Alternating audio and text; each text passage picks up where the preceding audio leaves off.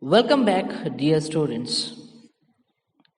In the last classes, we had studied about two major religions of the world, that is Christianity and Islam. But today, we are going to study about a family in the field of sociology. When I say family, you may know and experienced about the family.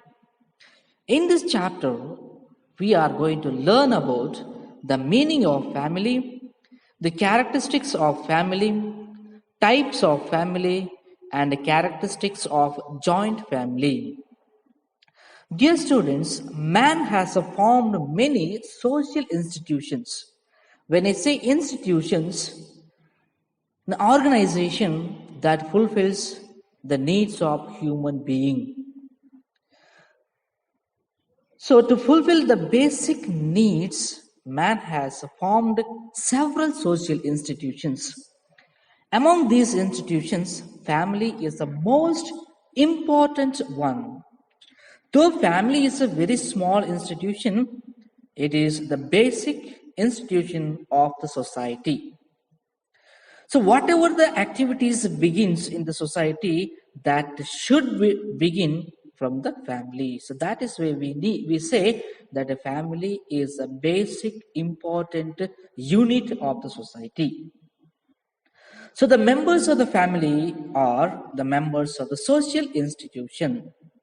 So by understanding the meaning of and the characteristics of the family, we can comprehend the meaning of it.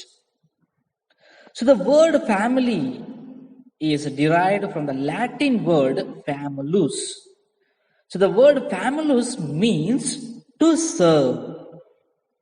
So by this we come to know that in the ancient family, there were not only the members of the family, but there were also others who were serving the family. So they also considered as the family members. But today, the other members are not the family members.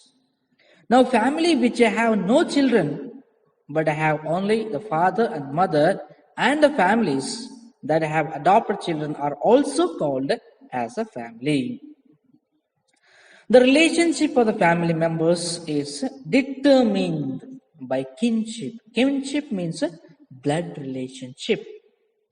So, blood relationship is the unit or the element that creates the family members, the relationship of the family. The family includes marriage, kinship, or adoption. So these members live together in the same house according to their status, like a husband and wife, father and mother, son and daughter, brother and sister, and they perform their own role to create their culture. So now what is the meaning of the family? So the meaning of the family is the living together of husband and wife with children or without children for a long time is called as a family. So the main base of the family is kinship, as I said earlier, and the emotions related to it. The family, apart from nurturing children, taking care of the children, and the procreation, bringing up the children, involves itself in the process of socialization of its members so that they can be part of the larger society. So the family adopts in the society, and that's how it becomes a part of the larger society. So which means that the family directs the social behavior, how to dress, how to perform the rituals, and other issues of its members. So, dear students, let us learn about the characteristics of the family. Now we learn what is family. So, family is the family living together of husband and wife with children or without children for a long time is known as a family. So, having learned about what is family, now let us learn about the characteristics of a family. So, by understanding the characteristics of a family, we can comprehend the importance of a family.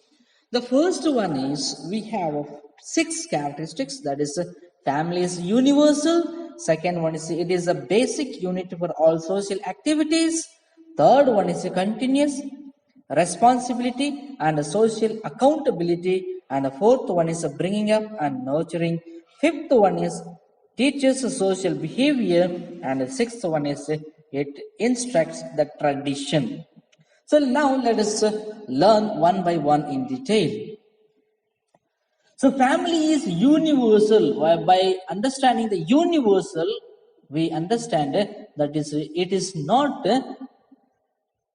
restricted for one place or one region, but it is a universal. It is present throughout the world. That is the meaning. Though it is varies in accordance to specific geographical nature and time period. Varies means differences. It is different from one part to other part. So that is why we say varies. So the family is found in all society. So usually the families follow a fixed pattern in issues like marriage, nurturing, kinship, and property rights. So generally, the members who belong to a particular family reside in the same place or share the same roof. So that is why we say the family is universal, but it has got a differences according to the geographical situation or the weather condition and so on. The second one is it is a basic unit for all social activities. So here we should understand that whatever the activities begin in the society, that should happen in the society. For example, socialization. When we take a socialization, before we socialize in the society, we should have that socialization, that relationship in the family. So the relationship begins in the family. Then it starts in the society. So every activities of social institution start from the family. The political, economical, educational, and several other activities of the society begin from the family. So all these things can be found in the family itself. So during the earlier time, the family was sending its members to participate in the important activities of the local community, that is in the society. So now due to the increased complexity and differences of the social life, many functions of the family has been assigned to various other social institutions. So to act or to do the social activities, a particular group is allotted. So that particular group will take care of all the activities according to the assigned activities. The third one is the continuous responsibility and the social accountability. So family has got a continuous responsibility, and that is responsible for whatever happens in the society. So family teaches its members how to behave and how to discharge the specific responsibility. The family teaches how to behave in the society, how to relate with others, and also it teaches how to display our responsibility in the society. So it trains its children how to live harmonious with the neighbors, how to relate with the neighbors without any difficulty, without any struggle, without any quarrel.